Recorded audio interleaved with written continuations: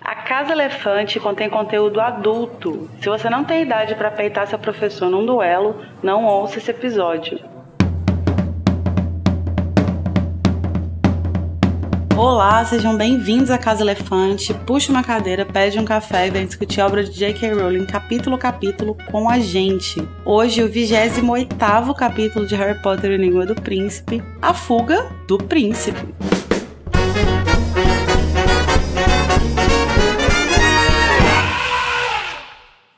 Os nossos episódios sempre levam em consideração os acontecimentos de todas as obras do mundo bruxo que já foram publicadas. Então, se você não sabe quem é o Príncipe Mestiço, vai ler tudo, depois você volta aqui pra ouvir.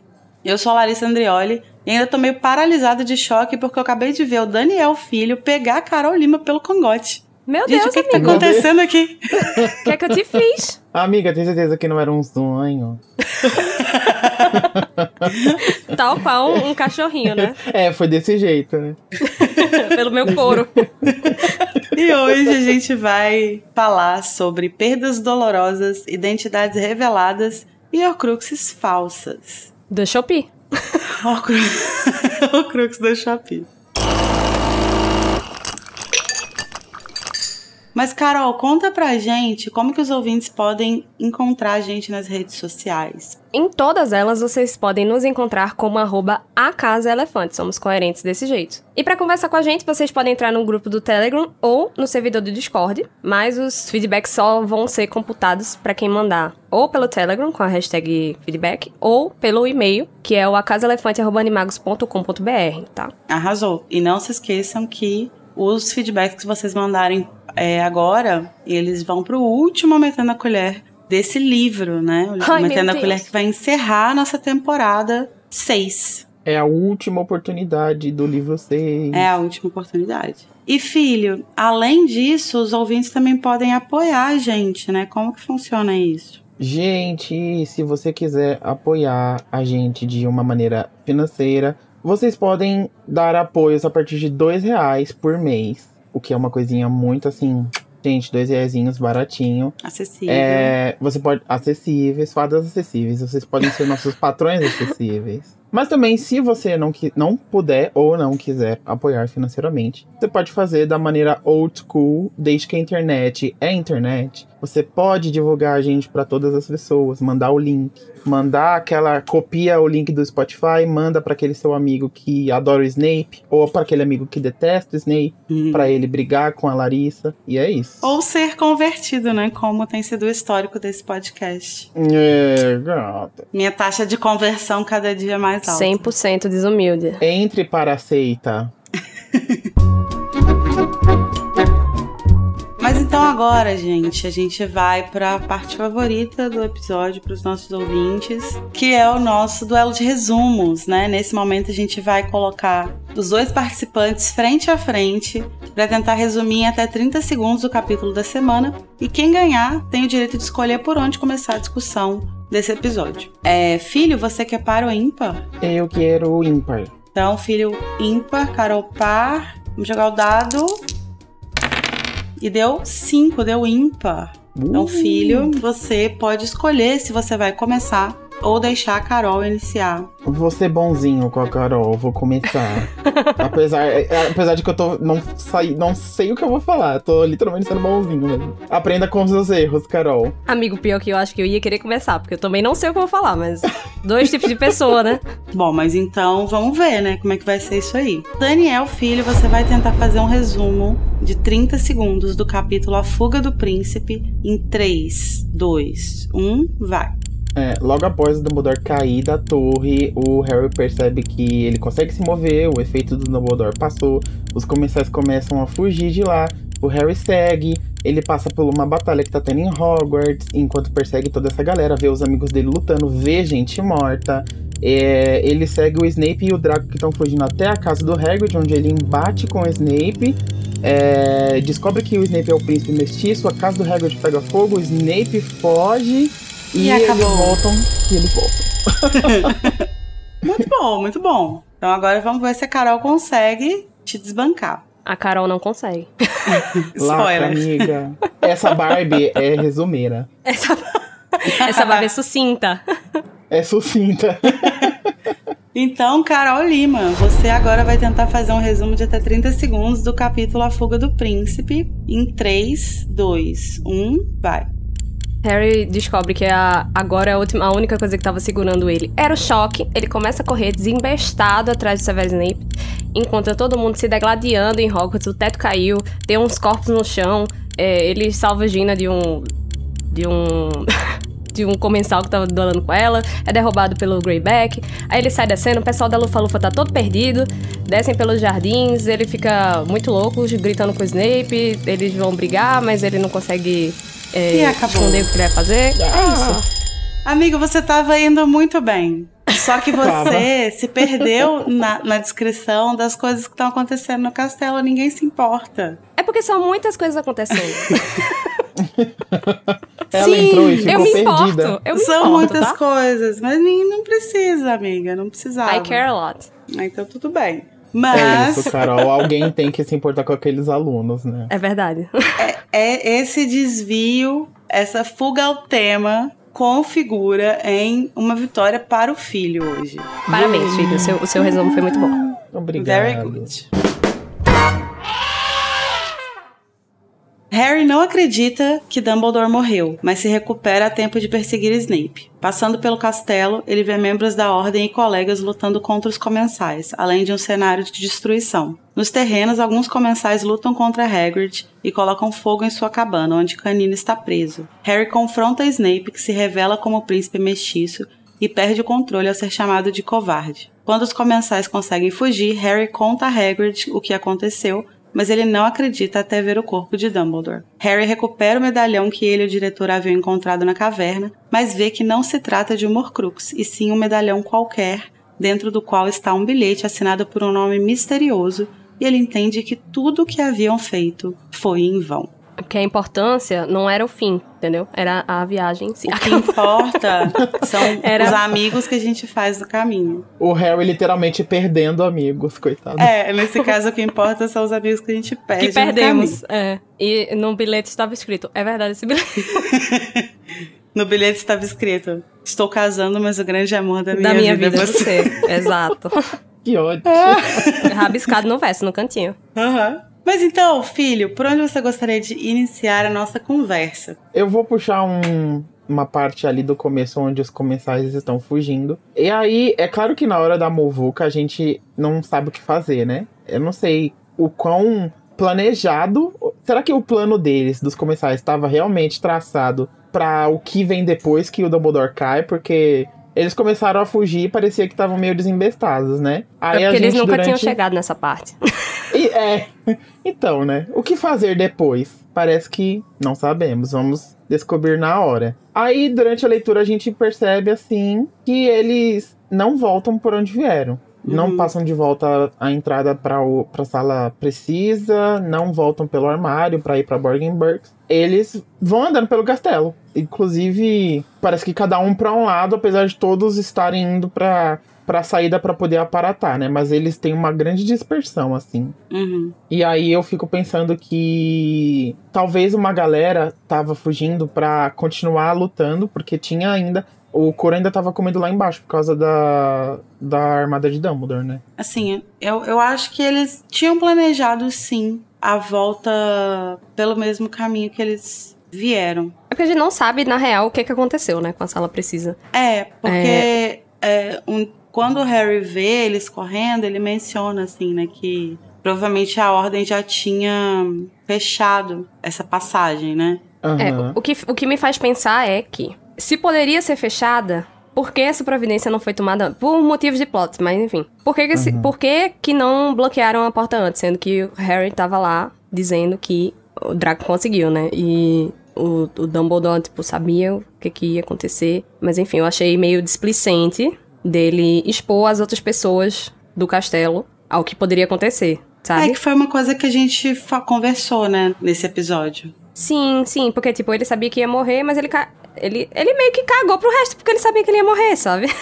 Ele meio que colocou a execução do plano dele na frente, né? Da segurança de outras pessoas. O assim. Dumbledore? O Dumbledore. Porque, assim, de fato, assim, beleza, você sabe que o Draco tá fazendo, você sabe que você vai morrer, você tá planejando tudo pra acontecer do jeito que você quer, beleza, ok. Só que realmente, assim, tipo, ele acaba colocando outras pessoas em risco porque as medidas que ele tá tomando de segurança não são suficientes, porque ele tá confiando muito nessa coisa do Snape com o Draco, sendo que o Snape não tá conseguindo nenhum acesso com o Draco. Então eles só estão descobrindo tudo que o Draco tá fazendo depois que ele faz. Tipo assim, quando ele faz, fica óbvio que foi ele. Mas eles não conseguem pegar nada antes dele de fato fazer, assim. E aí, assim, eu acho que tem isso, né, de ser displicente, essa coisa deles não terem fechado antes, né, porque, assim, se o Harry avisou o Dumbledore antes de ir pra caverna, né, quando ele chega lá, ele fala, tinha alguém comemorando, não sei o que, né.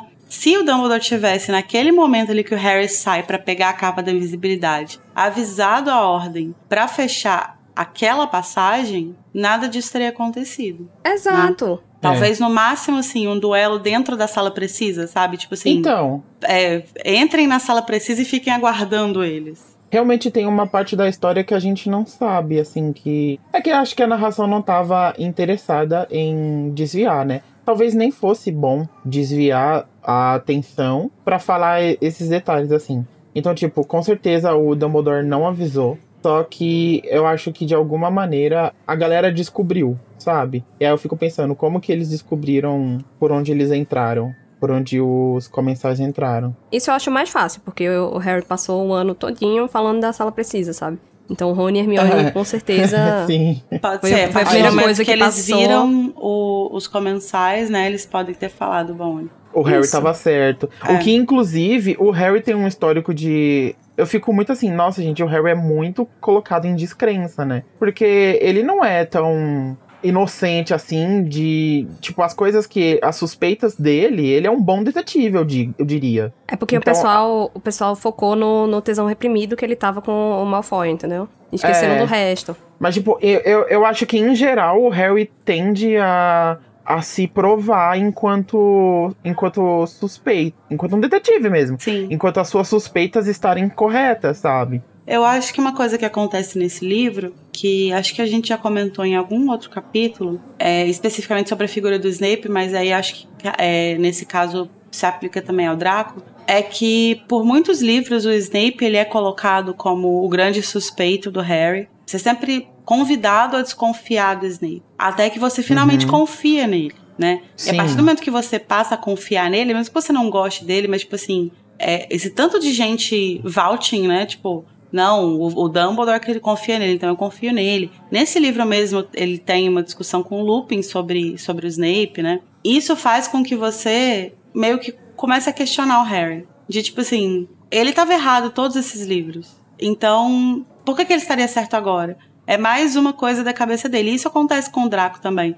Só que esse é o único livro em que ele tá certo. Sim. E como esse livro faz rima com o Câmara Secreta, que é o livro onde ele desconfiou de Draco, que Draco estava por trás da treta toda da Câmara, e ele estava errado, então aqui nada mais justo do que, nesse livro, ele desconfiar de novo, ninguém acreditar nele, mas ele estava certo, sabe? E na Câmara todo mundo acreditou que ele estava certo, entendeu? Sim. Sendo que não estava no final, né? Depois eles descobriram que não era o Draco. Então vocês acham que ele não é um detetive tão crível assim? Não, eu acho que ele é um detetive super crível, mas que por motivos de narrativa mesmo, a narrativa foi posta dessa forma, a gente dessa vez... É convidado a desconfiar. Dessa vez vai desconfiar dele por conta de outras coisas que aconteceram, entendeu? Sim, eu acho que faz sentido as pessoas não comprarem as teorias dele, tendo em vista esse histórico. Não que ele não seja um bom detetive, acho que de fato ele tem uma tendência a colocar as peças quase juntas certinhas, bem, né? assim, sabe? E aí tem essa coisa, né, essa obsessão dele com a figura do Draco, que é uma coisa que, assim, você começa a olhar pra ela de um jeito, de assim, tem coisas muito mais sérias acontecendo, sabe? Tipo, esquece esse menino aí, chato, sabe? Que é só a pessoa chata lá da sua escola, tipo, esquece isso.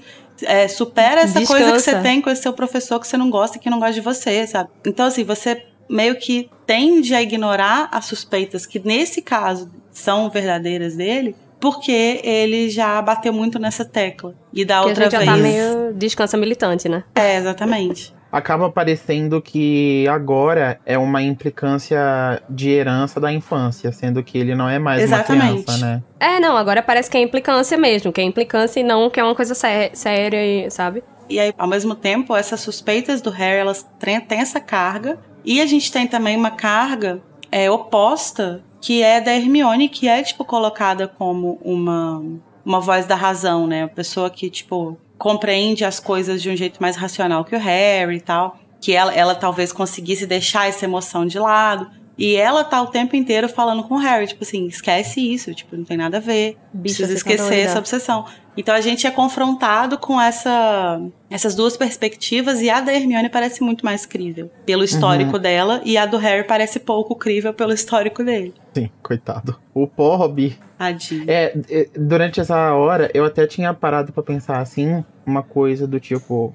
como será que a sala precisa tá lidando com essa questão toda? Porque, tipo assim, o texto fala que aquela passagem foi bloqueada, né? A sala precisa entrando em crise. A sala precisa entrar em crise, porque, tipo, uma galera precisa dela pra escapar e a outra galera precisa que a sala não se abra pra aquela galera escapar, sabe? Tipo, qual é o nível de prioridade aí, saca? Então, a gente não é informado como que eles fecham essa passagem, né? Se é usando a sala de outra forma, ou se é só, tipo assim, guardando a porta, guardando o corredor. Eu imagino que seja mais assim mesmo. Eu acho que eles bloquearam real, tipo, fizeram um feitiço pra ela ficar inacessível, sabe? Entendi. Pode ser? É porque realmente não param pra dizer o que como que não se explica isso, a gente não tem como saber nem se seria esse cenário da crise da sala, assim. Eu amo a crise da sala. Eu fico imaginando, tipo, uma pessoa lá dentro e aí a sala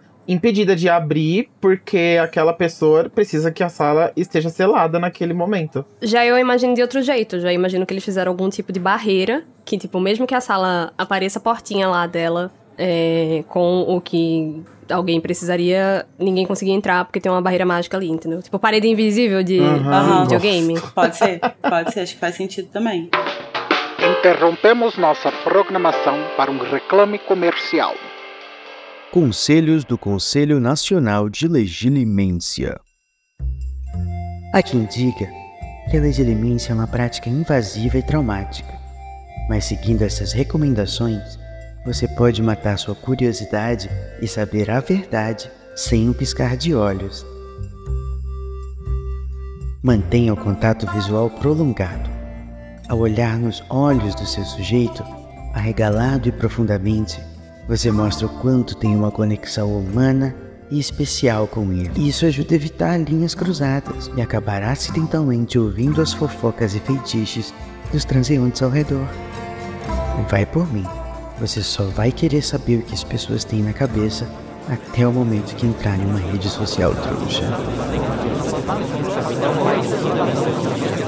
God, me ajuda! Apenas execute legilimência em alguém se a pessoa estiver ciente e autorizar sua invasão, ou se a pessoa não souber ou fizer a mínima ideia que você está entrando em sua mente, o que é a mesma coisa. Ofereça uma bebida quente ou analgésico após sair. Sua vítima, sujeito, poderá ter efeitos colaterais. E não se esqueça de deixar a porta bem fechadinha ao sair. Isso evita que o sujeito fique vulnerável a pessoas menos éticas que você. Siga essas recomendações para ter uma prática mais empática, mais humanizada e processizada.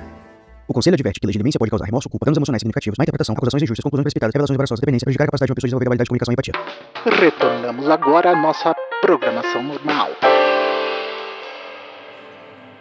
Bom, mas voltando um pouco para o momento pós-morte da nossa querida, o Harry, ele vai, de repente, ele não vai perceber quando é que o feitiço, exatamente na hora que ele para de fazer efeito nele, né? Porque ele tava ali paralisado por causa do feitiço. E aí, o feitiço perde o efeito. Ele continua paralisado de choque, né? Mas isso é bem curioso, porque existem alguns feitiços que eles param de fazer efeito quando o autor do feitiço morre. Mas existem outros feitiços que não. Vide o chapéu seletor, que tá aí há mais de 1000 anos, né?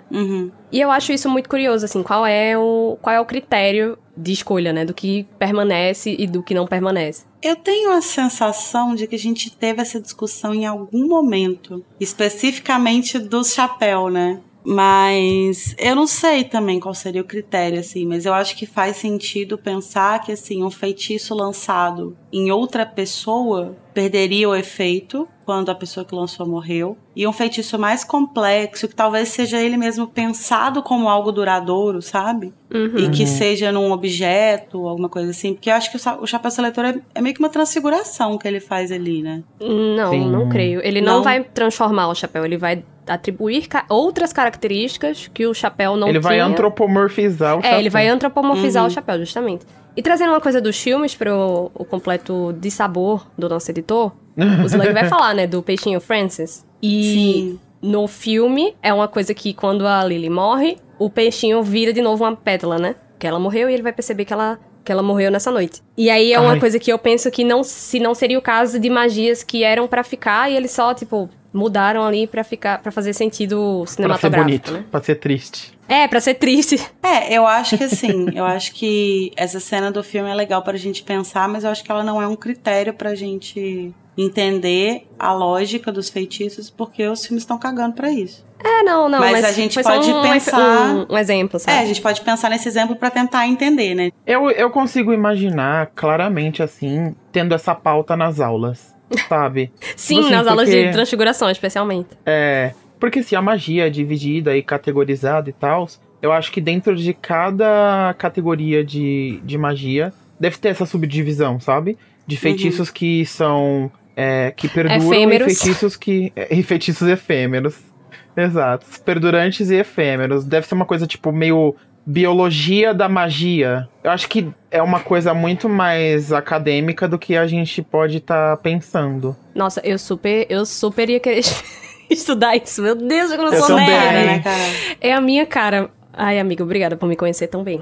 Mas eu ia mais estudar isso, tá, pessoal? Mas, né, elucubrações à parte, o Harry vai descer, né? E a gente vai encontrar alguns corpos pelo caminho que faz a gente pensar, né, um pouco sobre quem são essas pessoas. Sim, a gente teve no último capítulo uma menção a uma pessoa que morreu, né? E o Draco fala que alguém morreu. E a gente sabe, depois a gente vê no capítulo seguinte a esse, né? Que foi um comensal. Só que ali o Harry passa por 2 corpos, né? 2 pessoas jogadas no chão. E aí provavelmente um é o comensal e o outro a gente não sabe quem é. Mas eu imagino que pela poça de sangue que tá ali em volta, talvez seja o Gui. Ai, meu amor. Ele foi atacado, né? Sim, ele foi atacado, né? Pelo Greyback que gosta, né? Já gosta de sangrar as pessoas. E aí ele parece que tá morto, mas não tá, né? Parece que ele é um corpo ali, né? Um cadáver, mas não seria. Ele pode estar só inconsciente, né? Morreu, mas passa bem. Inclusive, a minha releitura de Harry Potter, eu já tinha falado isso em algum outro episódio, é agora com a casa, né?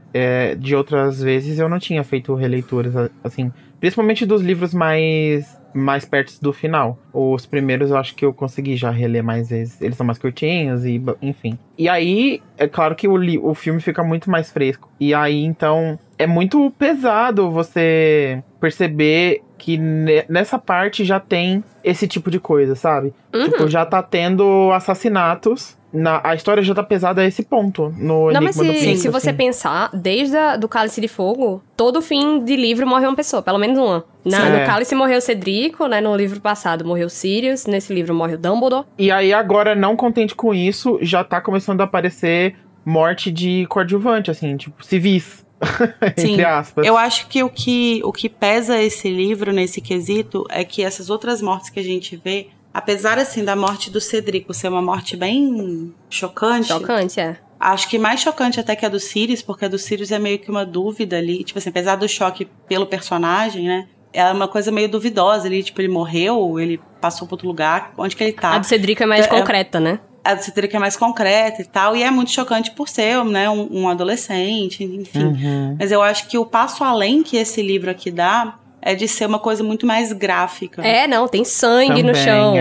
A própria morte do Dumbledore, apesar de ser uma morte mágica, né? E não ter sangue ali e tal, quando a gente vê o corpo dele, você vê que ele tava, tipo, com Quebrado. sangue escorrendo da boca, tava todo quebrado, com as pernas em um ângulo estranho. Então, ele dá um passo nessa coisa gráfica mesmo. Isso é uma coisa que eu gosto, sabe? Ela vem de encontro à morte que a gente conhece pelo Avada Kedavra, né? Que é uma morte imperceptível. Limpa.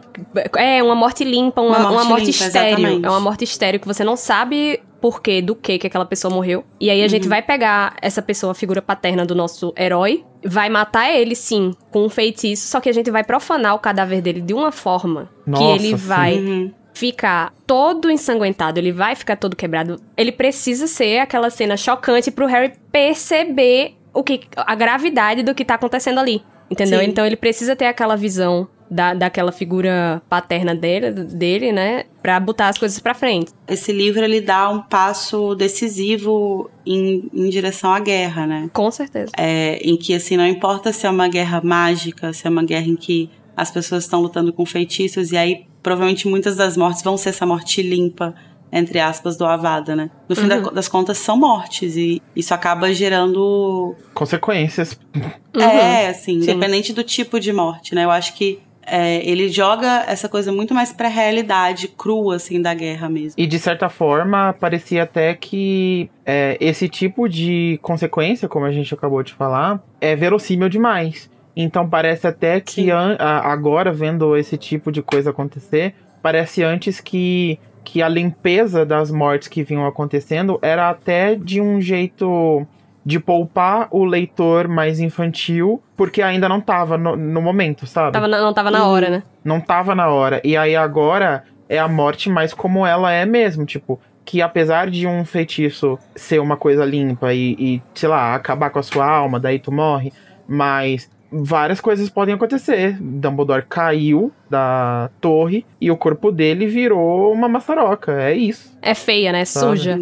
Exato. Esse capítulo em especial, né? Ele tá muito cinematográfico, né? E me lembra a maneira que a Joanne, ela tava escrevendo lá naquela transição pro Spinner's End. Porque ela para muito pra desenhar as cenas e como é que as coisas vão aparecer, né? É bem coreografado, né? E uma coisa que me chama muita atenção, junto com essa forma com que o cadáver do Dumbledore vai aparecer, é justamente quando o Harry tá descendo, né? Ele passa no saguão de entrada, aí ele para pra descrever, o nosso narrador vai parar pra descrever, né? A forma que a ampulheta da Grifinória quebra, né? E os rubis começam a cair, como se fossem gotas de sangue, né? Scattering pelo chão, assim, espalhadas. Nossa, eu super imagino já a abertura da sexta temporada da série, com essa cena dos zumbis caindo, sabe? Tipo, em câmera lenta, assim.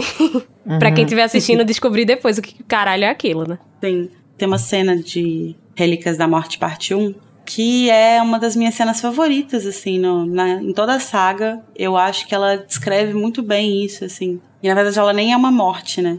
Mas é a cena quando eles fogem do ministério, e aí o Rony se estruncha, e aí a Hermione tá lá, né, tentando cuidar da ferida dele e tal, e ele tá lá surtando, e o Harry tá fazendo cara de nada.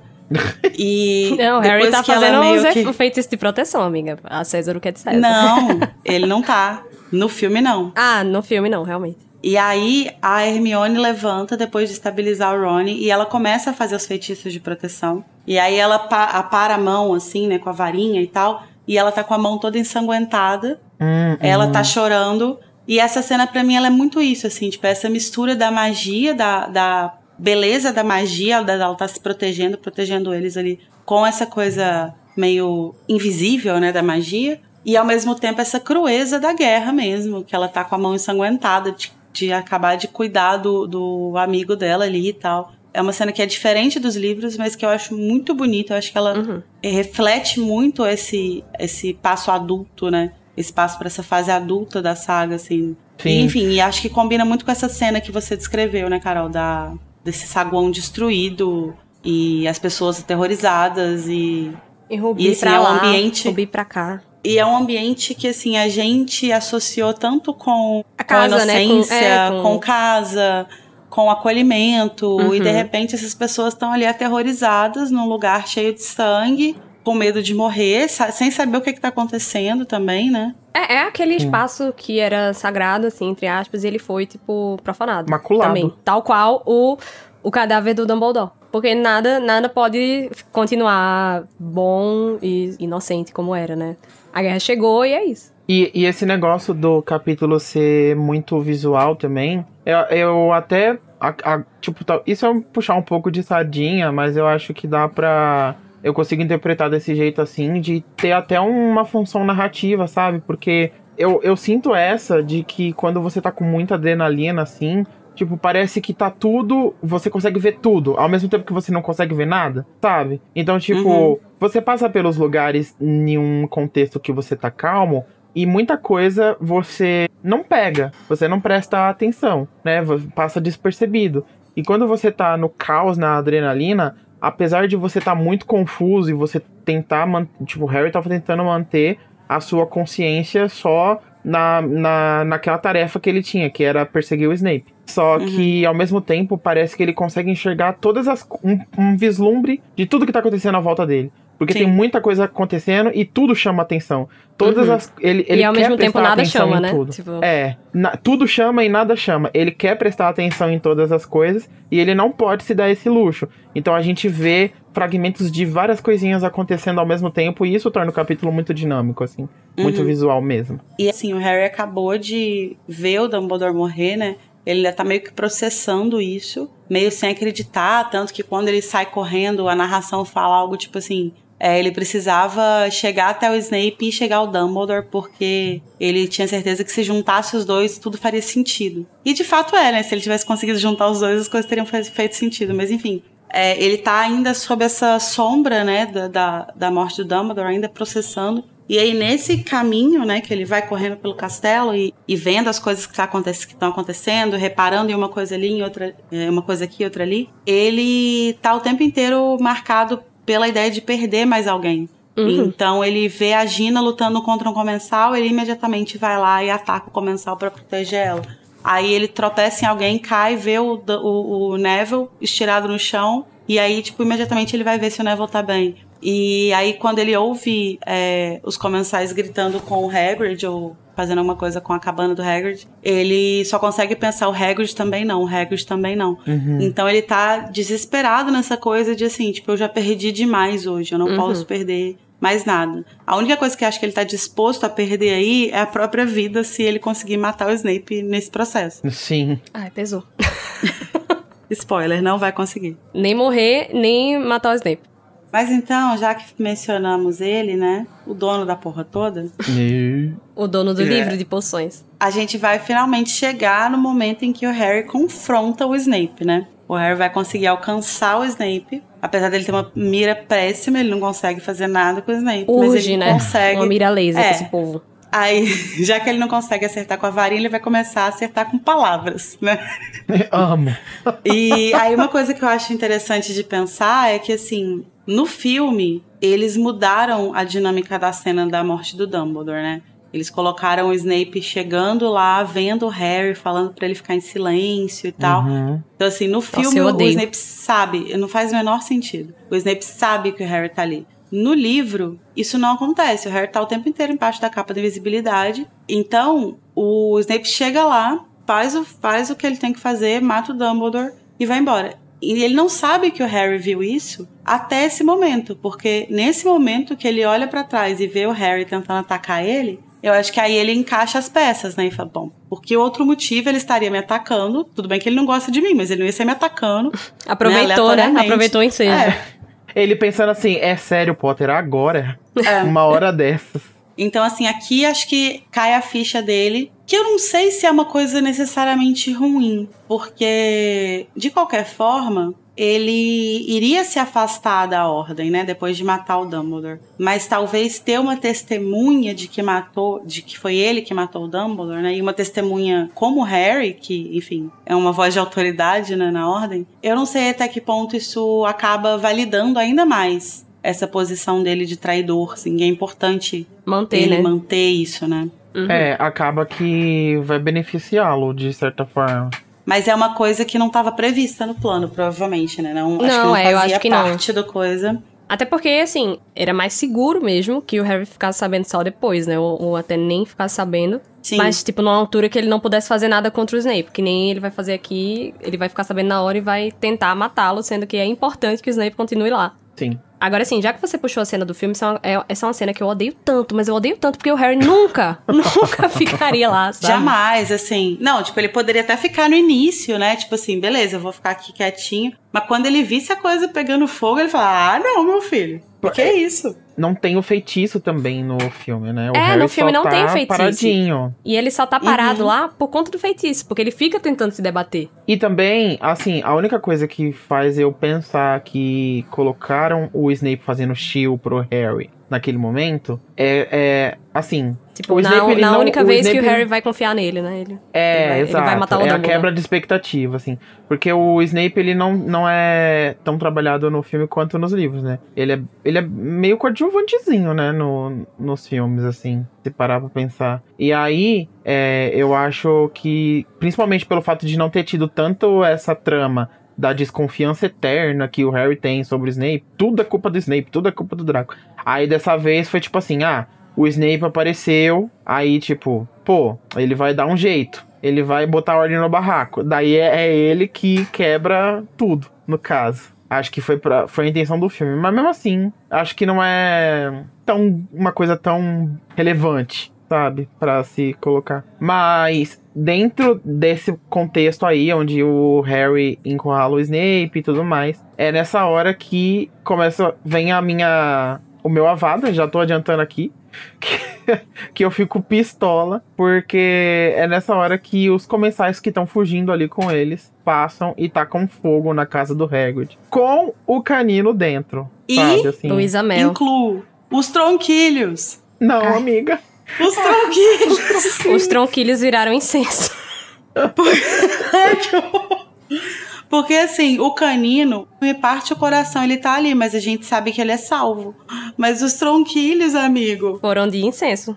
Os galinhos. Foram de lareira, coitados. Ai, tadinho. Provando mais uma vez, só engrossando o dossiê todo de que a J.K. Rowling, ao longo da saga Harry Potter, odiava animais. E daí ela fez uma saga inteira focada em animais pra ver se ela conseguia se redimir. Porque é tanto crime contra animais que acontece ao longo da saga inteira. Mas o que eu tenho também pra falar sobre essa cena, além da revolta, é muito sobre esse negócio dos Comensais da Morte estarem num momento de super diversão, né? Eles estão comemorando e, ao mesmo tempo, aproveitando a oportunidade de extravasar o que eles sempre quiseram fazer em Hogwarts, né? Botar todo o ódio pra fora que Hogwarts sempre foi imaculada. E aí agora eles estão podendo fazer a destruição que eles sempre quiseram. Então, tipo, eu não vou perder a oportunidade de passar pela casa do Hagrid, pela casa desse meio gigante, nojento, e não botar fazer fogo nada, né? nela, sabe? Então, tipo, é muita dispersão de ódio, assim, em um tempo muito curto, porque eles estão tendo a primeira oportunidade, assim, da vida deles, e eles não vão deixar passar despercebida. Pesado. Mas, né, nesse pega pra capar, tentando, né, duelar o máximo que ele pode ali com o Snape, falhando miseravelmente, né, porque ele não pode fechar a mente nem pra salvar a vida, o Snape fica se sentindo ali, né, enquanto ele bloqueia os feitiços de Harry, que é um menino de 16 anos, mas tudo bem. Mas ele ainda... Linkando com o que eu falei de extravasar, eu acho que eu tenho minhas suspeitas de que o Snape dá uma extravasada no Harry nesse momento também. Eu acho que ele fica imaginando que é o Tiago, que ele tá duelando. Então, mas ele só faz isso uma vez. Ele só ataca o Harry uma vez, né? Ele não ataca, né? Ele fica mais jogando ele pro alto pra ele aproveitar. Enquanto ele sobe, ele desce. Não, fugir. Não, na verdade, ele só bloqueia o Harry. Bloqueia. Então, mas joga ele no chão também umas 2 vezes. Eu acho que é um momento, assim, muito ambíguo, assim, mesmo. Pra ele. Eu ia falar isso. Porque ele tá... acho que ele tem essa coisa, tipo assim, ele nunca vai conseguir deixar de ver o Tiago no Harry, né? Não, eu também acho que não. E o Harry também não ajuda, né? Então, acho que tem essa coisa de, tipo assim... Nossa, sempre quis dar uma porrada na cara desse menino, agora eu posso? Sim. Mas, ao mesmo tempo, ele é o Harry. Tipo assim, ele sabe que ele não é o Tiago. E ele sabe que ele tem um dever ali, tipo, de proteger o Harry. Então, acho que é uma coisa muito ambígua, assim. Ele fica meio que lutando contra esse impulso dele, sabe? Ele não pode extravasar no Harry por vários motivos, assim. Ele já foi longe demais. Tipo, ele acabou de fazer o mais longe que ele podia fazer. Eu acho que esse ato do Snape agora é o mais longe, né? Vocês concordam com isso? Tipo... Desse feitiço que ele lança? Não. O ato de sabe? assassinar o Dumbledore é o mais longe que o Snape se entregou pra causa. Eu acho que foi com certeza. Acho que foi a coisa... O disfarce dele já foi pro caralho, ápice. né? Então que é um peido. Sim, mas eu não tô dizendo isso. É que eu queria, assim... Esse é o momento onde o Snape foi o mais longe possível pela causa dele. E por esse motivo ele não pode dar o braço a torcer agora, porque ele foi longe demais. Então é importante para a causa que o Harry esteja intacto. Então ele não pode atacar o Harry, ele não pode extravasar no Harry por causa da causa. Ele não pode atacar o Harry por causa do amor dele pela Lily, sabe? Então são vários motivos aí que impedem ele de fazer isso. E ao mesmo tempo, ele tem muitas razões porque, tipo, tem o fato dele ver o Tiago no Harry, tem o fato de ele ter feito o ápice pela causa agora, que foi uma coisa terrível, e ele odeia o Harry, então seria muito bom ele deve estar com muito ódio. Esse é um capítulo onde eu imagino que o Snape matar, você não consegue fazer isso sem sentir ódio, sabe? E não um ódio realmente direcionado ao Dumbledore, do tipo, eu odeio essa pessoa, eu quero que ela morra, mas tipo... Eu odeio que ele me fez fazer isso, né? Então, ele deve estar com muito ódio, muita raiva no coração. E seria muito prazeroso, com certeza, descontar isso no Harry naquele momento, sabe? Mas você acha que ele queria atacar o Harry? Mesmo, assim? E tava se segurando por causa dessas coisas? Eu acho que ele queria, e é o que a Lari disse, que ele queria. Esses são os motivos de por que sim. E aqueles que eu apresentei são os motivos de por que não, sabe?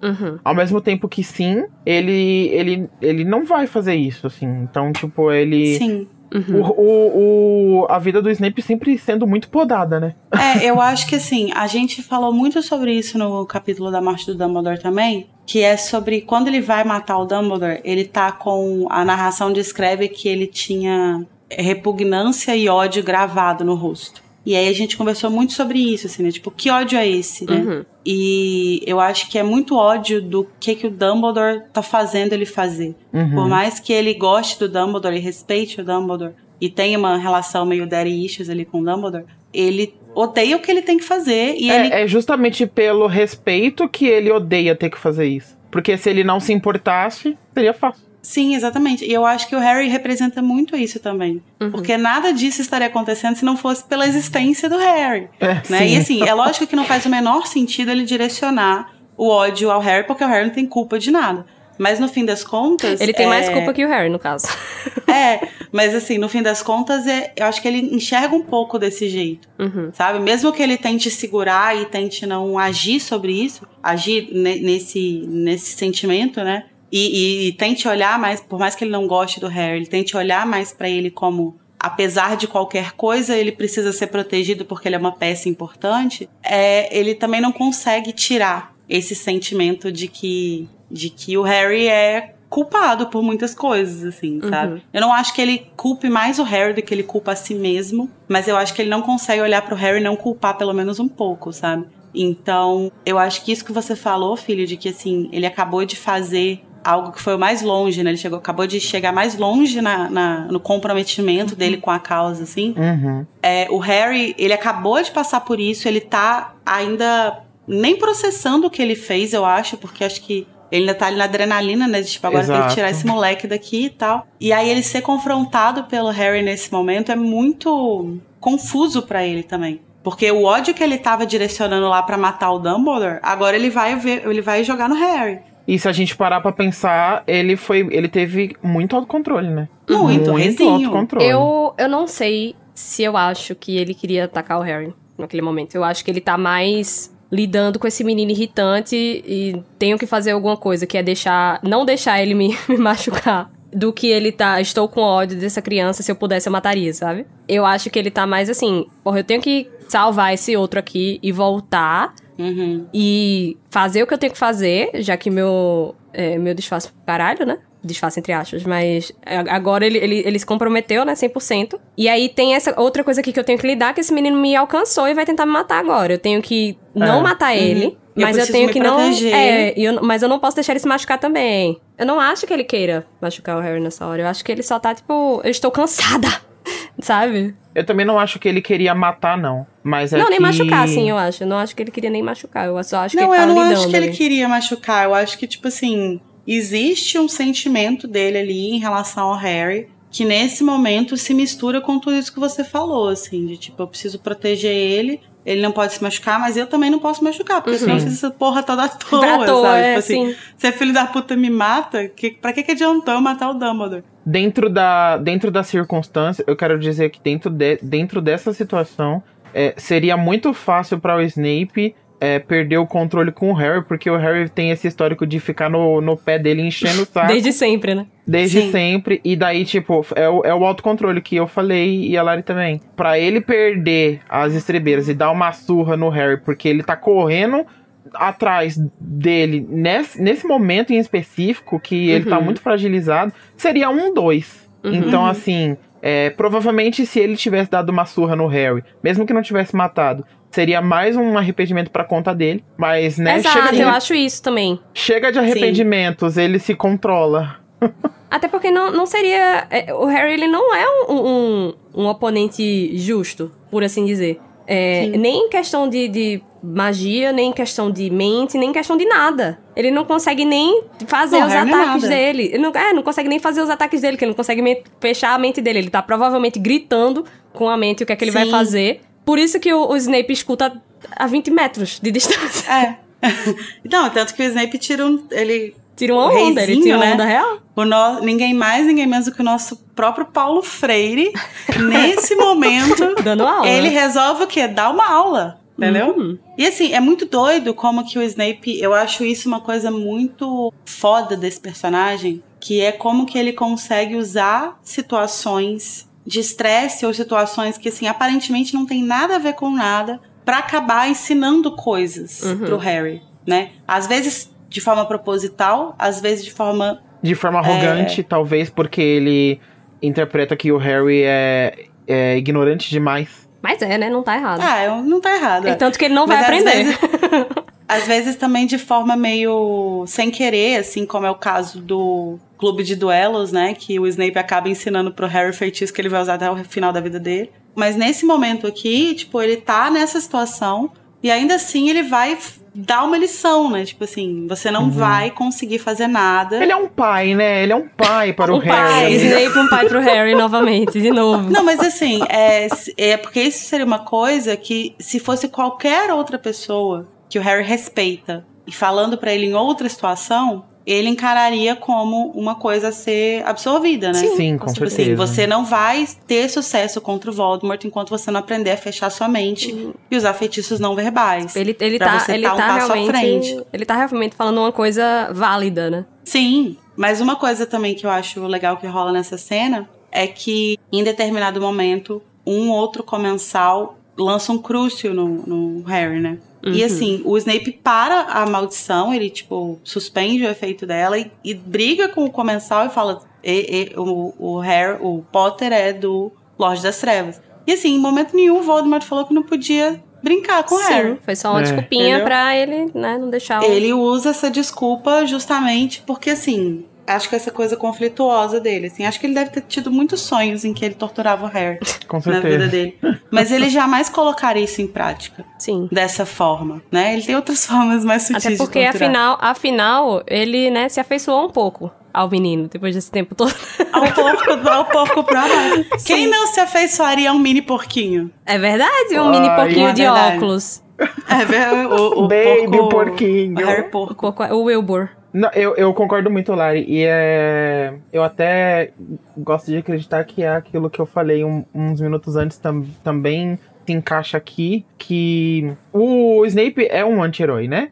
O personagem dele. Então, assim, os anti-heróis, eles vão fazer coisas ao próprio benefício. Não que isso seja errado ou certo, enfim, mas eu acho que essa conduta do Snape, não só com o Harry, mas acho que em várias facetas da vida dele, vem muito de um lugar mesmo de se poupar de futuros arrependimentos, assim. Então, como ele deve ser uma pessoa que passa a vida muito culpada, tem uma vida muito culposa... Arrependimento então tenho demais, né, amigo? Ele já tenho demais. Eu vou me poupar de mais um, sabe? Não quero fazer mais um pra coleção. Sim. Então ele...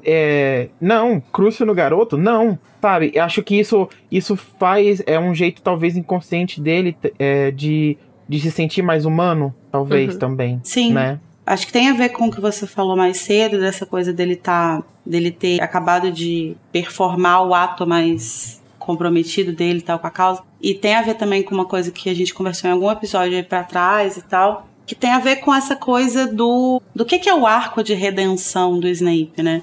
E que as pessoas associam muito a Lily a coisa do after all this time, always, etc. E que, como eu defendi veementemente no episódio, sei que estão sempre, não é o caso, né? Tipo, acho que isso faz parte do arco dele, sim. Eu acho que a Lily, ela é um catalisador. O que ele fez e que acabou resultando na morte dela. É um catalisador para ele buscar corrigir de alguma forma os erros dele. Mas o arco de redenção que a Rowling pensou para ele não é tipo assim, olha só esse homem que ama essa mulher depois de tanto tempo. Olha como essa pessoa que é tão marcada por coisas ruins, que fez coisas tão ruins e que carrega tantos arrependimentos, pode dar uma volta completa e se tornar uma pessoa que está completamente disposta a se sacrificar por pessoas, porque ele não tem nenhum afeto. Não é mais tipo assim, eu estou me sacrificando porque a mulher que eu amo está em perigo. Ela já morreu, né? Ela já morreu, ele tá se sacrificando por pessoas que ele odeia, por pessoas que odeiam ele. Esse é o arco dele. Eu acho que essa é a palavra-chave que você disse, que é pessoas que eu odeio e que eu não tenho nenhum afeto. O Snape não tem nenhum afeto por basicamente mais ninguém. E grande parte do fandom, apenas tirando o Lupin, né? Grande parte do fandom faz uma leitura muito errada desse arco narrativo de redenção dele, porque se você parar pra pensar um pouquinho, fica bem claro que em nenhum momento o Snape tá tentando se redimir para a bruxandade, por exemplo, sabe? Eu acho que ele tá tentando se redimir simplesmente para com ele mesmo, né? Com ele mesmo. Eu acho que ele quer morrer em paz. E isso nada mais é do que o arco de um anti-herói. Servindo ao próprio interesse. Ele precisa entrar em paz com ele mesmo, e o jeito que ele conseguiu de fazer isso é tendo todo esse plano de redenção. Mas nunca é um arco para você olhar no final... tá vendo? Seu Potterhead. Não é pra você olhar no final e pensar, nossa, como o Snape foi um herói pra causa e não sei o quê. Tipo assim, ele realmente foi, mas não era o intuito dele, sabe? Sim. Ele tava tentando se humanizar dentro de si, que é uma coisa que ele precisava. Eu acho que ele luta muito com essa desumanização mesmo, assim, né? Se a gente olhar, tipo, pra história dele desde a infância, assim, eu acho que ele nunca foi visto pelas outras pessoas como uma pessoa mesmo. E a única pessoa que olhou pra ele como uma pessoa foi a Lily. Que ele fez questão de afastar. Por isso ele teve essa coisa tão forte com ela, e por isso ele carrega tanto arrependimento de ter sido um dos causadores da morte dela, porque ela foi uma pessoa que enxergava ele. E por isso ele afasta ela dele quando todo mundo diz que você não é uma pessoa e aí alguém te enxerga como uma, essa pessoa deve estar errada, né? Então eu vou dar um jeito de afastar ela de mim, porque ela tá errada. Ué. Ai, gente, pesadíssimo. Você quer um abraço, Snape?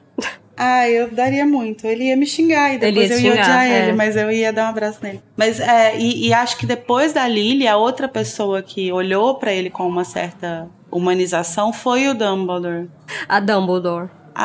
E foi a outra pessoa que ele teve que destruir. Sim, e isso é muito destrutivo pra ele, né?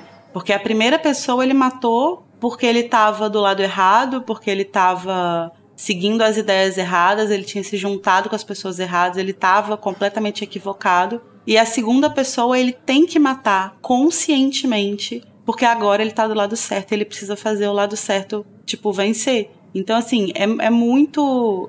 Ele não tem um momento de paz, tadinho. Não tem. Ora, se não são as consequências dos meus atos, né? Mas que caralho de consequência, hein? Nossa senhora. Realmente. Ô, Lari, será que lá do paraíso bruxo, olhando para baixo, Será que o Snape se sentiu, assim, enemy to lovers quando o filho do Harry foi nomeado com o sobrenome com o nome do Snape, assim? Será que ele se sentiu acolhido? Tem uma fanfic sobre isso, né? Chama Cursed Child. É uma fanfic mesmo. Não, mas assim, eu gosto muito de Cursed Child, desse arco específico, né? Desse ato específico, que é o que a gente vê esse mundo alternativo em que o Snape estaria vivo, o Harry tinha morrido e tal, e que eu acho que ele desnuda muito a figura do Snape, assim, né? Tipo, o que seria o Snape fora das funções de espião dele, né? E ele fica bem orgulhoso quando ele ouve esse nome, né? Ele fica meio assim, ok. Mas enfim, um dos momentos em que o Snape vai perder a paciência com o Harry, e ainda é uma perda de paciência bem contida, mas ele perde, é quando o Harry ameaça usar um feitiço que o Snape criou contra ele. A audácia dessa bicha, né? A audácia dessa bicha. Aí ele tenta primeiro o Sectum Sempra, o Snape bloqueia, e aí ele pensa, né, o Levicorpus, e aí o Snape bloqueia de novo e fala, não, você não vai usar os meus feitiços contra mim, igual seu pai fez. E isso é uma coisa que é legal a gente voltar, porque quando o Harry usa o Levicorpus a primeira vez, e aí ele começa a pensar, quem será que é o príncipe mestiço, não sei o quê, ele lembra da cena da penseira. Da cena que ele vê a memória do Snape. Né? E ele pensa, meu pai usou esse feitiço. E aí é muito cruel você pensar que naquela cena, que é a memória que o Snape guarda como a pior memória dele, tem a pessoa que ele mais odeia, perto do momento em que ele vai fazer a coisa que ele mais se arrepende na vida, usando o feitiço que ele criou contra ele. Tipo assim, é um combo, sabe? Por isso que aquela é a pior memória, é um combo de bosta junto, assim, sabe? E é isso que vai engatilhar ele a ponto dele se revelar, né? E aí a gente finalmente entende por que o Harry tava indo tão bem em poções. Porque ele tava, né, com o melhor professor possível. O maior. Gente, o Snape... ele pode não gostar, inclusive eu acho muito que ele não gosta. Mas ele é muito professor, né? É a vocação correta. Até quando ele não quer, ele tá ensinando. Até quando ele não está presente, ele está ensinando. Esse cara está constantemente no estado de professor. É o rei da pedagogia. O rei. Ai, não, gente, vamos com calma. Não, eu entendo o que o filho tá falando, assim. Eu não acho que ele é isso tudo, assim. Eu acho que o Snape, ele teria um potencial muito grande para ser um bom professor. Se ele quisesse. Se ele quisesse em uma situação bem diferente, assim, um contexto bem diferente e tal. Eu acho que ele seria um ótimo pesquisador. E só. Ele podia reescrever os livros de poções. Mas eu tenho uma leitura que, apesar de os alunos não gostarem dele e de ele ser arrogante e tudo mais, mas que ele ensina bem e que os alunos aprendem. Até porque talvez eu esteja fazendo um paralelo pessoal, porque eu tive um professor snapeano, sabe? No ensino médio, assim. E ele era muito arrogante e prepotente, assim. Sabe quando o Snape aparece na primeira cena, vai fechando as janelas e dá aquele discurso e tudo mais? Uhum. Então, assim, é um jeito do professor entrar na sala de aula e falar, esse é o meu lugar e vocês são minhas presas nesse local, né? É até ameaçador, assim, para os alunos. E esse professor tinha muito essa postura. Tipo, ele entrava na sala de aula e aí ele tinha um discurso do tipo assim, não fala com ninguém. Aí a primeira coisa que ele fala eu vou começar a chamada e vocês vão ter que falar aí o outro fala 2 e o outro fala 3. E quem não responder, dá falta. E aí, tipo, quando você tá no ensino médio e não é ninguém e é um adolescentezinho, isso dá muito medo, sabe? E ele tinha umas outras posturas muito dominadoras, assim, na sala de aula. Só que quando terminou o meu ensino médio, ele era professor de física. E aí eu olhei pra trás e eu pensei assim, apesar de tudo, ele era um bom professor. E eu aprendi física, sabe? Eu aprendi física. E aí eu acho que isso me faz pensar que, apesar do Snape ser como ele ensina poções. Eu concordo até um certo ponto, assim. Eu acho que, para alguns alunos, essa postura dele é muito prejudicial. Porque com tem certeza. Pessoas que não conseguem aprender com esse tipo de coisa. Com pressão, né? Com pressão. Mas eu acho que, assim, meio que os livros mostram que ele era um professor competente, apesar disso tudo. ele era competente em passar o conhecimento que ele precisava passar. Só que aí isso entra em conflito com essa personalidade dele. Porque aí, por exemplo, você pega quando o Harry vai fazer os gnomes, eu lembro que na narrativa lá fala alguma coisa tipo assim, Harry conseguiu preparar a poção lá e ele percebeu que não tinha tanta dificuldade com poções quando o Snape não estava respirando na nuca dele. Assim. E aí, assim, você entende o quê? Que o Harry, ele absorveu o conhecimento do Snape das aulas, por mais negligente que ele mesmo fosse com a própria educação dele em poções. Mas ele absorveu coisas. Mas a presença do Snape era prejudicial. Então, sim, assim, eu acho que se ele mudasse a postura dele, ele teria um potencial muito grande para ser, de maior, fato. Né? Mas acho que também, ao mesmo tempo, tem pessoas que esse tipo de postura não afeta. Então, a pessoa consegue absorver, apesar daquilo. Uma conclusão que a gente já tinha chegado em outros episódios é que, tipo assim, ele sabe, sim, muito das coisas, mas ele não sabe tão bem transmitir esse conhecimento, né? Sim, falta didática, né? Falta didática. Ele tem zero didática. E Exato, uma coisa que fica bem clara aqui é que, quando ele tava escrevendo pra ele mesmo, né, no livro do Príncipe, ele conseguiu, sim, ser muito claro e fazer uma pessoa aprender, né? Quando a personalidade desagradável dele não tava in the picture. Uhum. Mas, já que a gente tá falando aí do Príncipe Mestiço, né, de como ele se revela e tal... tem uma coisa interessante que é o fato de que o título do capítulo, ele entrega essa informação antes da gente saber dela. Goku mata Frieza. Sim. Porque eles colocam lá, a fuga do príncipe. Aí você pensa, que príncipe? O que o príncipe tem a ver com isso? Quem que tá fugindo desse capítulo? Exatamente. E é engraçado como, de novo, é mais um red herring no título do livro, né? Que o Príncipe Mestiço, a gente passou o livro todinho querendo descobrir. A gente vai descobrir dessa forma completamente anticlimática. Sim. Depois que tudo foi pro caralho. E aí, de repente, olha, eu sou o Príncipe Mestiço, tá? Beijos. Não, e meio que foda-se, né? Tipo assim, essa informação... O Harry nem processa essa informação. Tipo, caguei, você matou o Dumbledore. Eles vão processar depois, né? Que a Hermione chega pra sei conversar. lá, se você é Miss Universo. Só que eu acho que foi muito... Pra mim, foi muito agradável essa informação ter sido colocada como se fosse en passant nesse capítulo, porque pra o leitor é uma coisa muito importante. E aí meio que, tipo assim, como que a gente tá no clímax da história, e aí acabou de ter o grande impacto, que foi a morte. Qualquer capítulo que viesse depois ia ser... Nossa, que capítulo podre, eu acabei de ler a melhor coisa que eu pudesse ler, apesar de ter sido a pior coisa também, né? E ao mesmo tempo, o Harry também, foda-se, minha querida. Exato.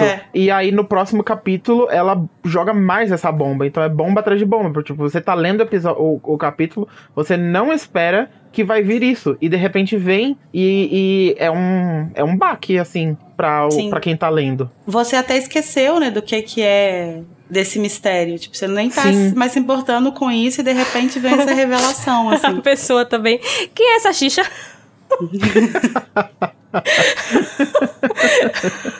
Amo. Mas nessa treta aí, tem uma coisa que eu acho muito foda, muito foda dessa cena. Que assim, o Harry ele vai chamar o Snape 2 vezes de covarde, né? E ele surta. E na primeira vez, ele só, tipo, joga o Tiago na história. Tipo, ninguém perguntou, mas ele vai sempre, né? E o PT, jogar. e o Lula. Exatamente.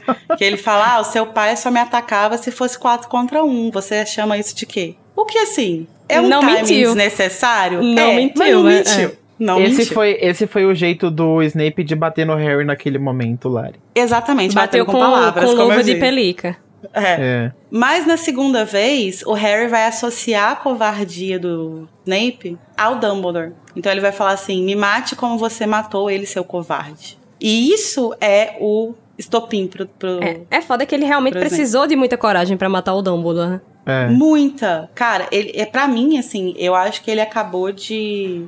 Eu acho que, assim, você pode odiar o Snape, você pode falar o que você quiser dele, mas tem uma coisa que não dá pra chamar ele nesse momento de covarde. Porque eu duvido que algum outro personagem desse livro teria coragem de fazer o que ele fez. Não. Eu também duvido. Até durante a leitura você tem uma parte que falam assim sobre a dúvida do Snape ter sido colocado na casa certa, né? O Dumbledore, o Snape... Amiga, foi você que levantou isso ou tem de fato no texto? Não, é porque tem... essa cena me lembrou uma cena que a gente vê na penseira no próximo livro, que se passa sim, no quarto livro. Que se passa lá quando tá ressurgindo a marca negra e tal. E aí é uma conversa que a gente vê do Snape com o Dumbledore, em que ele fala que o Karkaroff tá pensando em fugir. E aí o Dumbledore meio que joga um verde, assim, né? Tipo assim, você tá pretendendo fugir com ele? Ele fez uma ela-ofensa, né? Ele fez uma ela-ofensa, na real. Aí ele fala, não, eu não sou tão covarde. E aí o Dumbledore meio que dá uma olhada, assim, pra trás e fala assim, às vezes eu acho que a gente faz a seleção cedo demais. E isso, no texto, ele fica meio perdido, porque ao mesmo tempo... ele tá vendo, tipo, uns casais se pegando, assim, sabe? E aí, eu lembro que quando eu li a primeira vez, eu pensei, nossa, ele tava falando assim, caralho, a gente coloca umas crianças aqui, né? E de repente eles estão aqui, ó, trepando na moita. Mas a leitura que eu faço hoje é que ele tá realmente julgando o Snape. O Snape, de tipo assim, talvez se você tivesse sido selecionado mais tarde... Você ia pra Grifinória, hein? Você seria Grifinória. E eu discordo. Eu discordo também. Fala a sua discordância primeiro, amiga. Vai que bate com a minha. Eu discordo porque, assim, eu acho que essa característica da Grifinória, da coragem, a coragem como a característica principal da Grifinória, faz a gente, numa leitura meio superficial, achar que qualquer pessoa que demonstre coragem necessariamente deveria estar na Grifinória. Quando, na verdade, não quer dizer que as outras casas não tenham coragem, né? Eu acho que são coragens diferentes. Então, assim, você tem uma caralhada de Grifinório nesse livro e eu duvido que um deles teria coragem de fazer o que o Snape fez. Porque a coragem dele tá relacionada à personalidade sonserina dele, de entender que ele tem uma coisa pra fazer, ele tem um objetivo pra cumprir e que esse objetivo vai ter que ser cumprido a qualquer custo. Sim. Mesmo que envolva matar o mentor dele. E essa coragem é uma coragem que eu não sei se outros Grifinórios teriam. E que tem uma coragem que Grifinórios têm que os Sonserinos não teriam. Eu concordo com você e eu penso uma outra coisa também quando isso é colocado na pauta. Que assim, não acho que o Snape não tenha as qualidades de um Sonserino, ou então que ele seja menos Sonserino e mais Grifinório porque ele é muito corajoso e precisou de muita coragem pra fazer tudo o que ele fez. Mas eu até consigo interpretar de um jeito assim. Às vezes o rumo que a vida nos leva poda coisas que a gente poderia fazer e que a gente poderia viver, sabe? Então assim, talvez se o Snape não estivesse consumido por toda essa história narrativa dele, ele não ia precisar ter sido tão corajoso quanto ele foi. E aí as características sonserinas dele, com certeza, levariam ele pra uma outra narrativa, sabe? Pra um outro caminho que ia ser um caminho muito mais sonserino, assim, de se pensar. Então ele não é corajoso porque ele é mais grifinório. Ele precisou ter coragem. As circunstâncias da vida levaram ele a esse caminho. Então ele pode muito bem... Ele aprendeu a ser corajoso ao rumo da vida dele e acabou que ele não conseguiu desenvolver, não teve oportunidades de desenvolver tanto as qualidades sonserinas dele, talvez, assim. Mas o Chapéu Seletor enxerga isso, porque ele enxerga suas qualidades de um modo geral. Ele não prevê o futuro, né? Esse cara vai precisar passar por todas essas coisas. Sim. Eu já acho que o Dumbledore não tava sendo tão literal, assim. De tipo, você poderia ser Grifinório. Eu acho que ele tá fazendo um desafio mesmo ao Snape. E mostrando que, tipo, você não é tão ruinzão quanto você quer que a gente acredite, sabe? E eu acho que ele tá provocando mesmo essa reflexão nele. Que ele se pinta, né, com essa fachada de pessoa horrível, que ele é sim. Mas que, assim, no fundo, ele tá ali tentando fazer a coisa certa, sabe? Eu acho que, assim, essa coisa o que ele mostra, né? Não é uma fachada, não é uma coisa que ele inventa, ele de fato é uma pessoa desagradável, péssima. Uma pessoa que tem seus problemas e tal. Só que ele só mostra isso, né? Ele aumenta bastante, né? E fecha as outras coisas.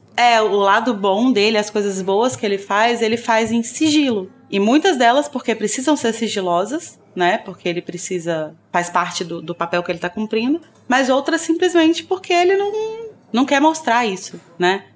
Tanto que nas memórias dele, quando o Dumbledore faz ele se comprometer a proteger o Harry, ele fala, mas você tem que me dar a sua palavra de que você não vai contar isso pra ninguém. E aí o Dumbledore fala assim, você quer minha palavra de que eu nunca vou revelar o melhor de você? E sim, é isso, né? Ele se fecha nessa personalidade dele, nesse lado ruim que ele tem. Ele assume o papel que colocaram ele a vida inteira, né? Sim, sim. Mas não só, né? Não só colocaram ele, mas ele fez questão de se colocar também. Ele também se colocou, sim. Ele aceitou certas coisas e meio que abraçou aquilo. Enfim, eu acho que a vida dele seria muito diferente se você mudasse uma ou duas coisinhas ali, tipo, quando ele entrou em Hogwarts. What if Harry Potter? Ali da base, né? O que eu gosto dessa cena é que quando o Harry fala isso, né? Me mate como você matou ele. Ele grita, não me chame de covarde. E aí a narração coloca assim, e seu rosto ficou inesperadamente desvairado, desumano, como se sentisse tanta dor, quanto o cão que ganha e uivava preso na casa incendiada às suas costas. Que é muito cinematográfico também, né? Porque o rosto dele tá sendo iluminado pela casa em chamas. Sim. Então o negócio deve ficar assim, até desumano, né? As coisas que as sombras fazem com o rosto das pessoas. E ao mesmo tempo, ele tá colocando essa coisa desumana, tá comparando com uma criatura não humana, o sofrimento dessa criatura não humana. Mas isso aqui, que é esse momento que ele deixa cair a máscara dele por, tipo, 1 segundo, é exatamente a humanidade dele que ele tá mostrando, né? Ele tá mostrando, nesse momento, o que ele tá sentindo. Ele tá desesperado com o que ele acabou de fazer. Ele se odeia, ele odeia o que ele teve que fazer, então ele tá mostrando justamente esse lado humano dele, só que é tão humano que é desumano, assim, tipo, dá a volta, né? Porque tão é feio, horrível, a humanidade é porque feia. Porque é feio, exatamente. Ai. Ai, essa cena me quebra demais, gente. Mas, ok. Passada essa cena, né, que o Snape consegue fugir porque ele é atacado pelo Bicuço, né? O Bicuço vem proteger o Harry, aí o Snape sai correndo. Reizinho, né? Sim. Reizinho. Aparece gritando, correndo atrás do Snape. Reizinho alado. O Harry vai precisar começar a lidar com a perda do Dumbledore, porque ele já tentou confrontar o Snape, confrontou, mas não conseguiu matar ele como ele queria. Conseguiu fazer nada, na verdade, não fez nem o arranhão. Não conseguiu fazer nada. Então agora ele precisa lidar com o que ele tem ali, né? O que ele tem de concreto. E o que ele tem de concreto é que o Dumbledore morreu. He's dead. Eu gosto que é nessa hora que o capítulo começa a... Agora a gente precisa acalmar. Então a gente vai diminuindo aos poucos. A J.K. Rowling, inclusive, começa a diminuir com a maior coisa possível, que é o Hagrid. E ela coloca ele nessa cena de um jeito que eu acho muito bom, assim, porque pra mim o Hagrid tem muito essa coisa de acalento, né? Ele é uma figura muito amiga, uma figura muito querida. E eu acho simbólico a presença dele. Tipo, ela poderia ter guiado essa cena pra qualquer outro lugar, mas ela guiou pra frente da casa do Hagrid. Eu acho que foi pensado pra do tipo, assim, tem que ter tem que ter um abraço. É um abraço simbólico, É um abraço muito pequeno, mas a presença do Hagrid ali é alguma coisa mínima pro Harry naquele momento, sabe? E ainda mais ele ter o alívio de saber que o Hagrid tá bem, que o Canino tá bem, que eles não morreram e que ele não perdeu eles. Então você vê uma pessoa que você estima muito e essa pessoa tá bem e é um pequeno remédio, muito pequeno, dentro de toda doença que os 2 últimos capítulos foram, né? E é curioso porque o Harry começa a tentar falar com o Hagrid, né? Sobre o que aconteceu. Só que ele ainda tá meio chocado, né? O Hagrid não sabe que o Dumbledore morreu. Tanto que ele fala, os estragos aqui da minha cabana não é nada que o Dumbledore não consiga consertar. E é nessa hora que traz o Dumbledore de volta e aí o Harry é mesmo, né? E ele tenta contar, né? Ele tenta falar, ele chega a falar. O Hagrid fala assim, eu não entendi por que o Snape foi com eles. Aí ele fala, ele matou o Dumbledore. Aí ele fala, que isso? Você tá louca? Tá doido, moleque? Tá louca? Ele não aceita, né, que o Snape matou o Dumbledore. E ele acha que o Harry tá meio... Tipo, viu alguma coisa errada, entendeu errado. O pior é que ele tá certo, né? Mas... E o Harry meio que desiste, assim. Tipo, eu não vou insistir. Deixa porque, ele ver. Né, ele vai ver. E ele, reizinho, Hagrid, vai defender o Snape, né? Até o final. Até o final, assim, até daqui a 20 minutos, né? Mas Até ele que até sustenta, uns 20 tipo, não... passos. Não, você entendeu errado. Ele deve ter ido com os comensais porque o Dumbledore mandou. Não foi nada disso, Harry. Você tá cansado, você tá, né? Vamos lá, vamos... O gaslighting, né, menina? O gaslight, tadinho. Ele nem sabe que tá gaslightando o Harry. Adultos sendo adultos. Obrigada, filho. É 100% isso. E aí, nesse momento que eles vão subindo, né? E aí, todo mundo já viu o corpo do Dumbledore, né? Estão ali ao redor. E eu gosto muito dessa descrição, como o narrador, ele vai dizer pra gente que, como se fosse um sonho, eles vão atravessar aquela multidão, né? Porque não é fácil, né? Transpor uma parede de gente, sendo que eles conseguem porque tá todo mundo meio em choque também, né? E eu acho que é uma descrição muito certeira, assim, porque em momentos muito complicados... curioso que eu não sinto isso em momentos muito alegres, sabe? Mas a gente fica meio dormente, né? A gente fica dormente. Tipo, em momentos muito alegres, eu consigo até acreditar mais que eu tô vivendo aquilo do que em momentos muito pesados, assim, que você realmente parece que você tá atravessando uma barreira de sonho, assim. Tipo, tal coisa não pode estar acontecendo. Não, e assim, é porque no sonho também, às vezes, quando a gente passa por uma multidão, aquilo não acontece fisicamente, né? É como se a gente tivesse atravessando, como se a gente fosse um fantasma, sabe? A gente tá atravessando aquilo. E eu imagino eles meio assim, sabe? Meio, tipo, eles não vão transpor aquela barreira de uma forma física, eles só vão conseguir chegar lá na frente, eles não sabem nem como foi que eles pararam ali, né? E o Harry, ele vai ver, né, o Dumbledore todo quebrado, vai começar a processar aquele luto dele e vai ajeitar, né, os óculos dele e a ficha vai caindo. Essa cena é tão linda. Não, essa cena é muito linda. É muito bonito, assim, porque ele ajeita o óculos, ele limpa o sangue, né, do Dumbledore. Ele tá dando uma dignidade, né, pro Dumbledore pós-morte. Ai, gente, eu tô começando a ficar... Ai, que pesado. Começa a tocar Sufjan Stevens, Death with Dignity. É real demais a descrição nesse momento, né? É muito pesado. Assim, né? eu nunca perdi alguém com uma estima tão grande pra mim, assim. Mas mesmo sem ter essa experiência, ainda bem, eu consigo... Bate em mim. Muito. Bate muito mesmo sem eu ter vivido isso. Então imagina pra quem já conhece isso, né? Deve ser pesado. Principalmente porque, assim, a gente vive a vida inteira nesse medo, né? Nessa expectativa, não só de que a gente vai morrer, mas de que as pessoas ao nosso redor vão morrer, né? E isso pode ser uma coisa que vai paralisar a gente vai ter medo disso o tempo todo e não vai conseguir agir por causa disso. Ou pode ser a gente vai lidar com isso ali, tipo, de uma forma um pouco mais saudável, assim, e tal. Mas esse é um pavor que a gente tem, né? Um medo que assombra a gente, não tem como. Uma coisa que é muito irônica, né? Porque a única certeza que a gente tem na vida é que a gente vai morrer. Sim. A única certeza. Exatamente. E a gente não consegue lidar com isso, né? E eu gosto como a Joanne, ela vai colocar isso muito aqui no caminho do Harry, né? E ele vai ter que aprender a lidar com isso na marra, né? Porque a morte dos pais dele ele não sentiu, mas não sentiu a morte. Ele não sentiu a morte do Sirius dessa maneira, porque não teve corpo pra velar. Ele sentiu a do Cedrico, né? Mas não era o papai dele. E aqui é. E aí ele vai pegar, né, o medalhão que caiu ali, ele tava ajoelhado em cima do medalhão, ele nem sentiu de tão dormente. Depois ele vai pegar e vai ver que alguma coisa de errado não está certa, né? E abre o medalhão e tá lá o bilhetinho da criança vietnamita que fabricou o medalhão falso. Que ótimo. E aí o bilhete que nesse momento pra gente é um mistério, né? Quem é RAB?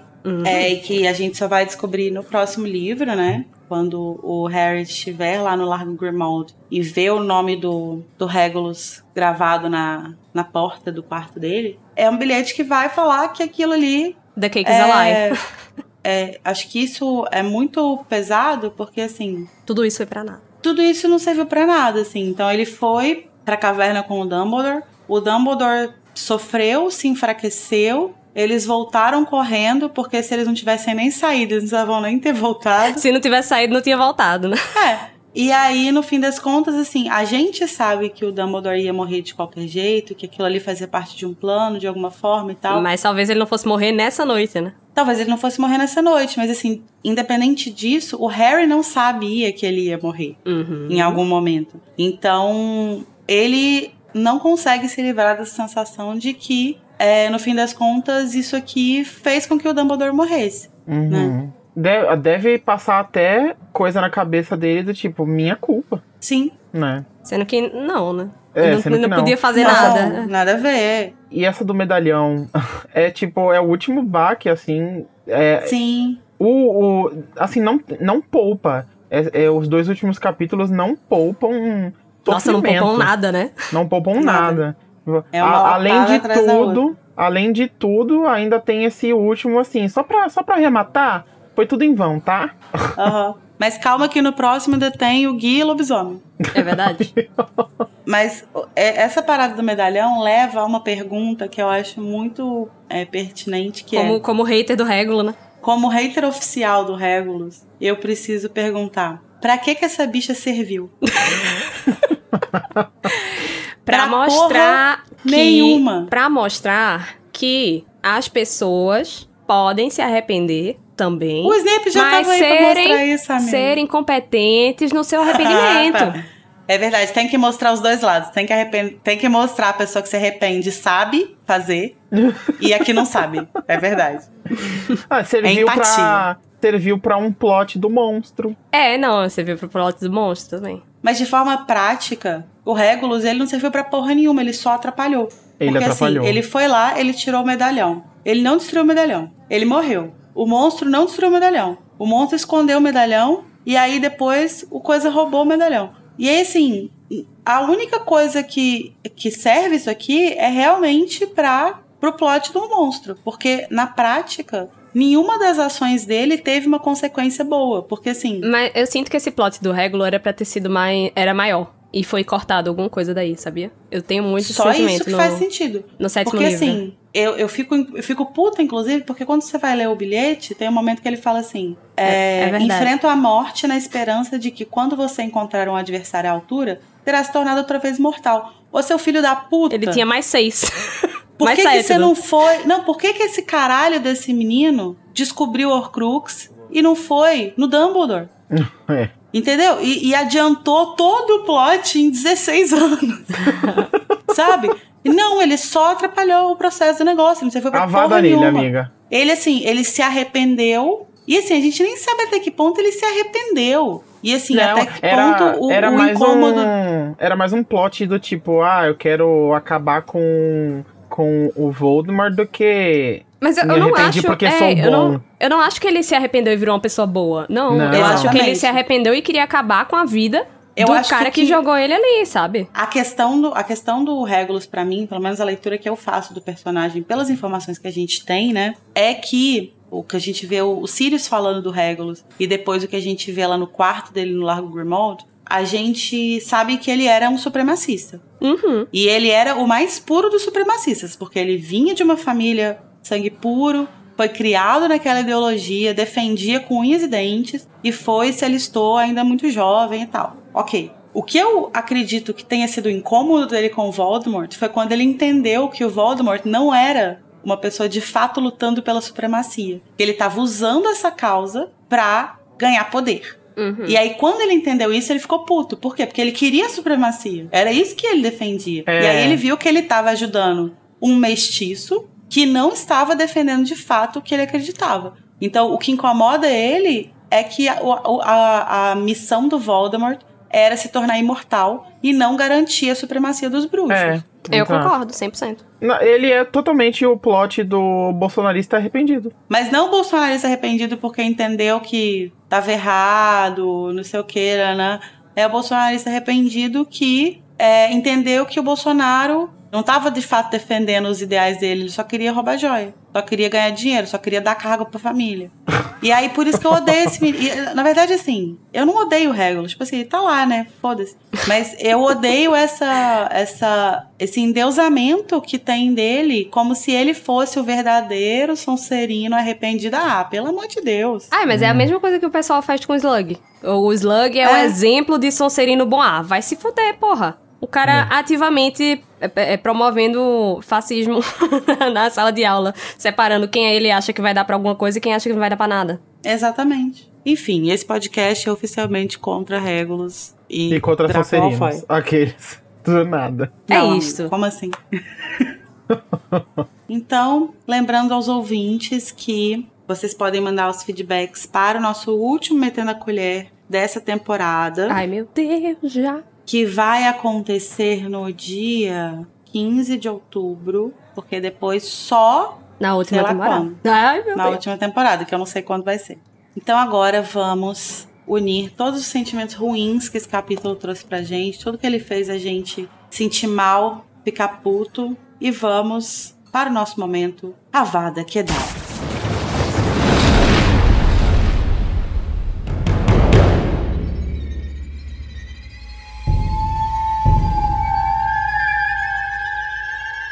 Que é o momento que a gente vai escolher qual foi o momento mais triste ou o momento que deixou a gente mais puto, mais frustrado, fez a gente sofrer mais nesse capítulo. Filho, o seu Avada vai pra quê? Acho que você já deu um spoiler, né? Dei. Meu Avada é pra a morte dos tronquilhos. E...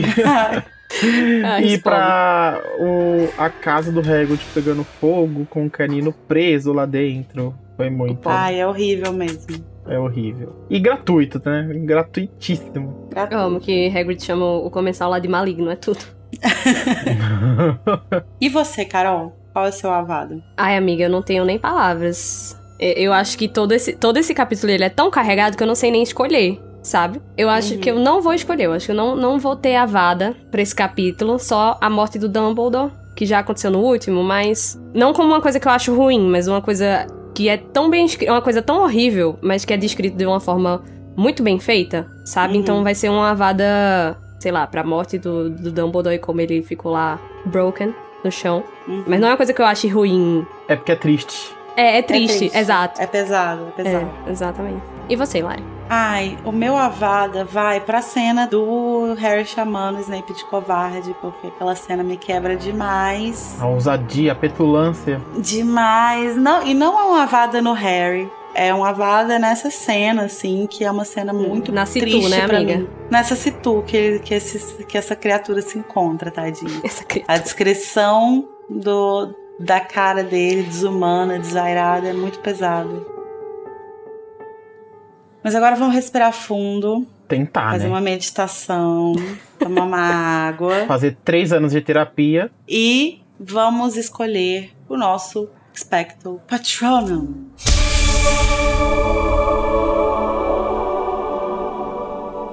Que é o momento do capítulo que a gente mais gosta, um momento que deixa a gente feliz, um momento que deixa a gente, sei lá, coisa. Não tem nesse capítulo, né? Mas uma coisa que a gente acha que é bem escrita, uma coisa que eu acho muito boa, enfim. Vamos tirar leite de pedra aqui. O nosso highlight. O nosso highlight desse capítulo. Agora, Carol, qual é o seu patrono? Nossa, meu patrono é o capítulo inteiro. Esse capítulo, ele foi escrito... Não, parece que ela fez o livro inteiro ao redor desse capítulo, sabe? Começou por ele, fez um negócio super cinematográfico, super bem escrito, super chocante. E aí foi construindo o resto da narrativa pensando assim, não, eu quero chegar aqui. E parece que foi isso que ela fez, sabe? Desde a descrição super visual das coisas, a descrição dos sentimentos dos personagens, Harry tropeçando em cima do povo, com ódio, o Snape também, com ódio, revidando. Nossa, tudo nesse capítulo é perfeito, sabe? O que é engraçado porque é um capítulo com só 15 páginas, né? E que a gente começou a gravação você falando que não gostava dele. Não, assim, não por não gostar, mas não é um capítulo que acontece muita coisa. Mas é porque o visual das coisas me pega muito, sabe?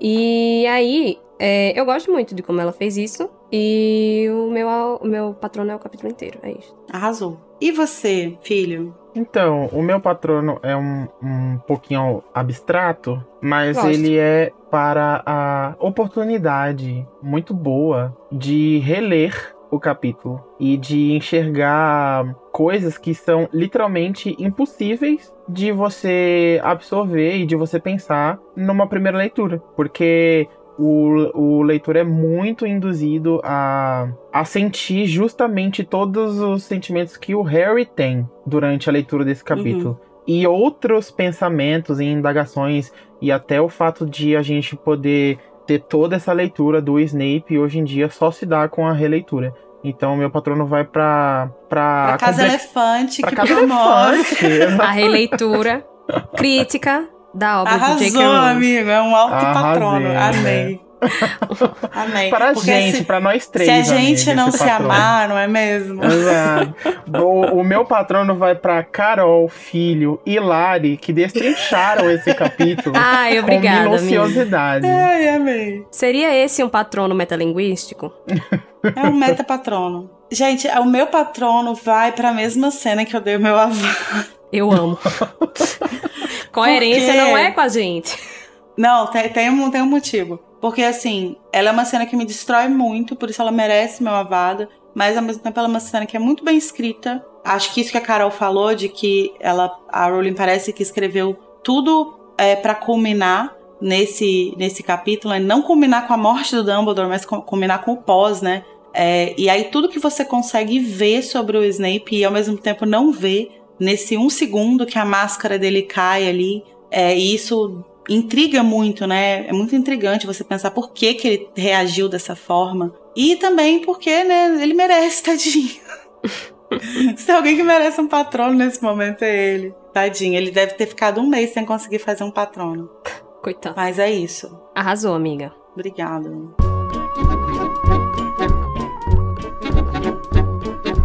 Então, gente, agora que a gente já descobriu quem é o príncipe mestiço, a gente já aceitou que o Dumbledore morreu e ficamos sabendo também que todo o esforço da caverna não serviu pra nada, a gente pode seguir pro nosso próximo capítulo, o penúltimo capítulo de Harry Potter e a Língua do Príncipe. Ai, meu Deus.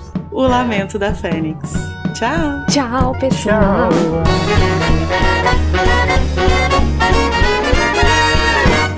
Nenhum tronquilho foi machucado ao longo das gravações desse episódio.